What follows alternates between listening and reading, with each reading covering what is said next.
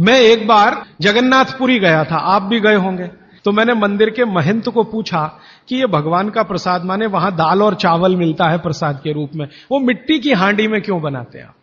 तो उसने एक ही वाक्य कहा, मिट्टी पवित्र होती है।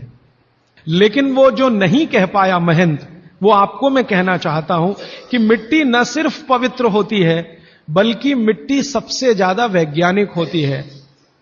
क्योंकि हमारा शरीर मिट्टी से बना है।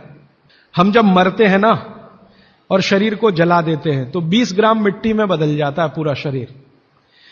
और इस राख का मैंने विश्लेषण करवाया एक लेबोरेटरी में, तो उसमें कैल्शियम निकलता है, फास्फोरस निकलता है, आयरन निकलता है, जिंक निकलता है, सल्फर निकलता है, 18 माइक्रो न्यूट्रिएंट्स निकलते हैं मरे हुए आदमी की राख में। ये सब वही माइक्रो न्यूट्रिएंट्स हैं जो मिट्टी में है। तो महंत कहता है कि मिट्टी पवित्र है, इसलिए हम मिट्टी के बर्तन में ही दाल पकाते हैं, भगवान को पवित्र चीज ही देते हैं, अपवित्र चीज भगवान को नहीं दे सकते। वो बहुत वैज्ञानिक स्टेटमेंट है, बस इतना ही है कि वो उसको एक्सप्लेन नहीं कर सकता। अच्छा, मैं वो दाल ले आया और भुवनेश्वर लेके गया, पुरी से भुवनेश्वर। भुवनेश्वर में CSIR का एक लेबोरेटरी है, council of science and industrial research का लेबोरेटरी है, जिसको रीजनल रिसर्च लेबोरेटरी कहते हैं।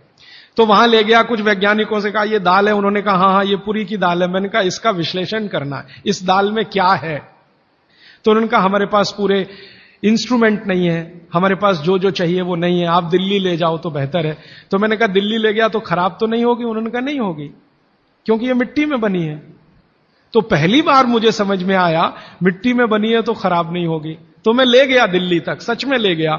और भुवनेश्वर से दिल्ली पहुंचने में आप जानते हैं करीब करीब 36 घंटे से ज्यादा लगता है। दिल्ली में दिया, कुछ वैज्ञानिकों ने उस पर काम किया और उनका जो रिजल्ट है, जो रिसर्च है, जो रिपोर्ट है, वो ये है कि इस दाल में एक भी माइक्रो न्यूट्रिएंट कम नहीं हुआ पकाने के बाद भी। तो प्रेशर कुकर की दाल को जब उन्होंने रिसर्च करके देखा तो उन्होंने कहा इसमें माइक्रो न्यूट्रिएंट्स बहुत ही कम है। मैं पूछा परसेंटेज वाइज बता दो, तो उन्होंने कहा अगर अरहर की दाल को मिट्टी की हांडी में पकाओ और 100% माइक्रो न्यूट्रिएंट्स हैं तो कुकर में पकाने में 13% ही बचते हैं, 87% नष्ट हो गए। मैं पूछा कैसे नष्ट हुए?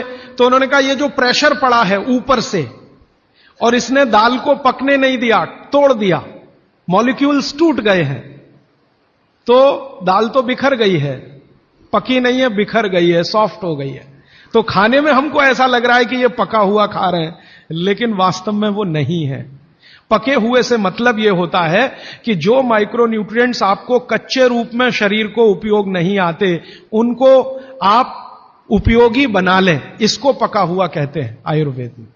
तो उन्होंने कहा कि यह मिट्टी की हांडी की दाल बहुत बहुत क्वालिटी में ऊंची है, बशर्ते कि आपके प्रेशर कुकर की। और दूसरी बात तो आप सभी जानते हैं, वो मुझे सिर्फ रिपीट करनी है कि मिट्टी की हांडी की बनाई हुई दाल को खा लीजिए तो जो उसका स्वाद है वो जिंदगी भर नहीं भूलेंगे आप। इसका मतलब क्या है?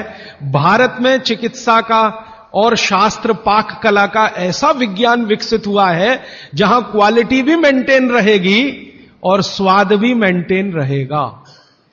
तब मैंने गांव गांव घूमता रहता हूं तो पूछना शुरू किया, तो बोलते हैं लोग कि ज्यादा नहीं, 30-40 साल पहले सब घर में मिट्टी की हांडी की दाल थी। मेरी दादी को पूछा तो दादी कहती है कि हम तो जिंदगी भर मिट्टी की दाल ही खाते रहे। तब मेरे समझ में आया कि मेरी दादी को डायबिटीज क्यों नहीं हुआ। तब मुझे समझ में आया उसको घुटने का दर्द क्यों नहीं हुआ। तब मुझे समझ में आया उसके 32 दांत मरने के दिन तक सुरक्षित थे, क्योंकि हमने उसका अंतिम संस्कार किया। अगले दिन जब राखी लेने गए तो सारे दांत उसके 32 के 32 निकले।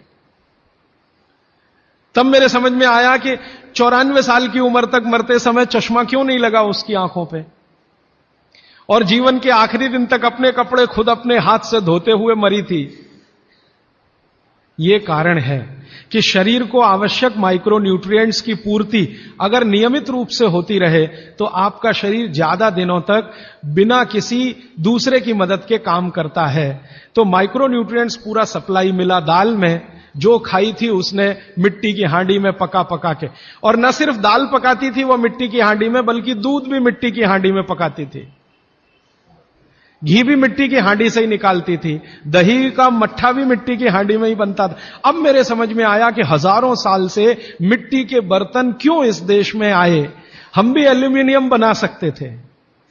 हिंदुस्तान में बॉक्साइट के खजाने भरे पड़े हैं। कर्नाटक बहुत बड़ा भंडार, तमिलनाडु, आंध्र प्रदेश बॉक्साइट के बड़े भंडार हैं। हम भी बना सकते थे, अगर बॉक्साइट है तो एल्यूमिनियम बनाना कोई मुश्किल काम नहीं है, लेकिन हमने नहीं बनाया क्योंकि उसकी जरूरत नहीं थी। इसलिए कुम्हारों की एक पूरी की पूरी जमात इस देश में खड़ी की गई कि तुमको भैया मिट्टी के ही बर्तन बनाने हैं। माने तुमसे बड़ा वैज्ञानिक कौन। अब ये कुम्हार जो इतने बड़े वैज्ञानिक हैं इस देश के, जो मिट्टी के बर्तन बनाकर हजारों साल से दे रहे हैं हमारे स्वास्थ्य की रक्षा करने के लिए, हमने उनको नीची जाति बना दिया। हम कैसे माइक्रोन्यूट्रिएंट्स को, आपके सूक्ष्म पोषक तत्वों को कम नहीं होने देने के लिए मिट्टी का सिलेक्शन करता है वो। आपको मालूम है हर एक मिट्टी से बर्तन नहीं बनते।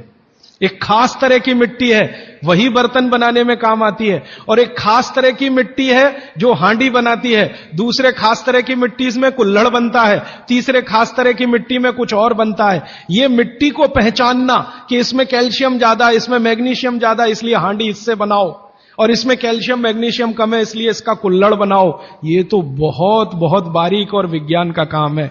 ये सब कुम्हार कर रहे हैं, हजारों साल से कर रहे हैं, बिना किसी यूनिवर्सिटी में पढ़े हुए कर रहे हैं। तो हमें तो वंदन करना चाहिए, उनके सामने नतमस्तक होना चाहिए। कितने महान लोग हैं। दुर्भाग्य से सरकार की कैटेगरी में वो बैकवर्ड क्लास में आते हैं। और सबसे मजे की बात कि ये हांडी जब खत्म होगी, माने इसकी लाइफ पूरी हो जाएगी, तो ये हांडी फिर मिट्टी में मिल जाएगी और फिर वही मिट्टी से हांडी बन जाएगी। दुनिया में ऐसी कोई वस्तु नहीं है। प्रेशर कुकर के बारे में तो नहीं कह सकते आप, बायोडिग्रेडेबल है। तो आप भी कर लीजिए ये काम, प्रेशर कुकर निकालिए, मिट्टी की हांडी ले आइए। तो आप कहेंगे जी दाल देर में पकेगी, सिद्धांत ही वही है दाल का, तो जो देर में खेत में पकी है वो देर में घर में भी पकेगी। आप कहें जी मिट्टी की हांडी के बाद अगर कोई चीज है, तो हमारे यहां एक मेटल बनता है जिसको आप लोग कहते हैं एलॉय है, कांसा। तीसरा सबसे अच्छा माना जाता है पीतल। अब ये कांसे और पीतल में भी हमने काम कर लिया कि अरहर की दाल को कांसे के बर्तन में पकाएं तो उसके सिर्फ 3% माइक्रोन्यूट्रिएंट कम होते हैं, 97% मेंटेन रहते हैं। पीतल के भगोने में पकाएं तो 7% कम होते हैं, 93% बचे रहते हैं। लेकिन प्रेशर कुकर में बनाएं तो सिर्फ 7% बचते हैं, बाकी खत्म होते हैं। अब आप तय कर लीजिए, आपको लाइफ में क्वालिटी चाहिए तो आपको मिट्टी की हांडी की तरफ ही जाना पड़ेगा। माने भारत की तरफ वापस लौटना पड़ेगा, इंडिया से। अभी हम हैं इंडिया में, जो बनाया अंग्रेजों ने या बना दिया अमरीकियों ने। इस इंडिया से निकल के भारत की यात्रा करनी पड़ेगी। और मैंने पिछले 1-2 वर्षों में ये बातें गांव गांव में कहना शुरू किया है, तो इसका परिणाम पता है क्या, कि कुम्हारों की इज्जत बढ़ गई है गांव में। और मैं मानता हूं कि मेरे व्याख्यान की अगर कोई सार्थकता है तो वो ये कि कुम्हारों की इज्जत इतनी बढ़ जाए कि वो पंडितों के बराबर आ जाएं, क्योंकि वो किसी से नीचे नहीं है, क्योंकि वो किसी से छोटे नहीं है। और मजे की बात कि वो हांडी बना के आपको 20-25 रुपए में ही दे रहे हैं, प्रेशर कुकर तो 250-300 रुपए का है। मैं होम्योपैथी की भी चिकित्सा करता हूं, तो बहुत सारे पेशेंट मुझे फोन करते हैं, राजीव भाई ये। तो मैंने कुछ पेशेंट को खास कर कहा कि देखो भैया, आपको मैं कोई दवा नहीं दूंगा। तो कहने लगे फिर बीमारी कैसे ठीक होगी। मैंने कहा एक ही काम करो, मिट्टी की दाल खाना शुरू करो, मिट्टी की हांडी में रखी हुई दाल खाना शुरू करो। चावल खाना है तो मिट्टी की हांडी का। कहने लगे राजीव भाई कौन करेगा ये सब। मैंने कहा आपकी बीवी करेगी या आप करोगे। अगर जिंदगी चाहिए तो झक मार के आप करोगे, नहीं तो अमेरिका जाओ, कनाडा जाओ, जर्मनी जाओ, लाखों रुपए खर्च करो, फिर भी झक मार के वापस आओ।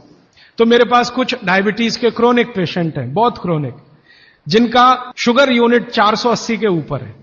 ऐसे 100 से ज्यादा पेशेंट, वो 8 से 9 महीना हो गया नियमित रूप से मिट्टी की दाल और मिट्टी का चावल, माने हांडी की दाल और हांडी का चावल, हांडी की खिचड़ी नियमित रूप से खा रहे हैं। और अब तो उन्होंने मिट्टी का तवा भी ले आया अपने घर में रोटी बनाने के लिए। बाजरी की रोटी बहुत अच्छी बनती है इस मिट्टी के तवे पे, तो रोटी भी उसी की खा रहे हैं। 8 महीने के बाद सबका शुगर टेस्ट किया है तो 480 यूनिट वाला अभी 180 यूनिट पे है, बिना किसी मेडिसिन के, बिना किसी इंजेक्शन के, बिना किसी टॉनिक के। और होम्योपैथी की कोई दवा नहीं दी मैंने उनको। कुछ लोगों को ज्यादा परेशान थे, दवा भी दो दवा भी दो, उनको प्लेसिबो दे दिया। प्लेसिबो समझते हैं, खाली गोली, दवा नहीं डाली, तो पेशेंट को लग रहा है कि मैं दवा खा रहा हूं, दवा खा के अच्छा हो रहा हूं। मुझे मालूम है कि वो कोई दवा नहीं है, वो प्लेसिबो है। वो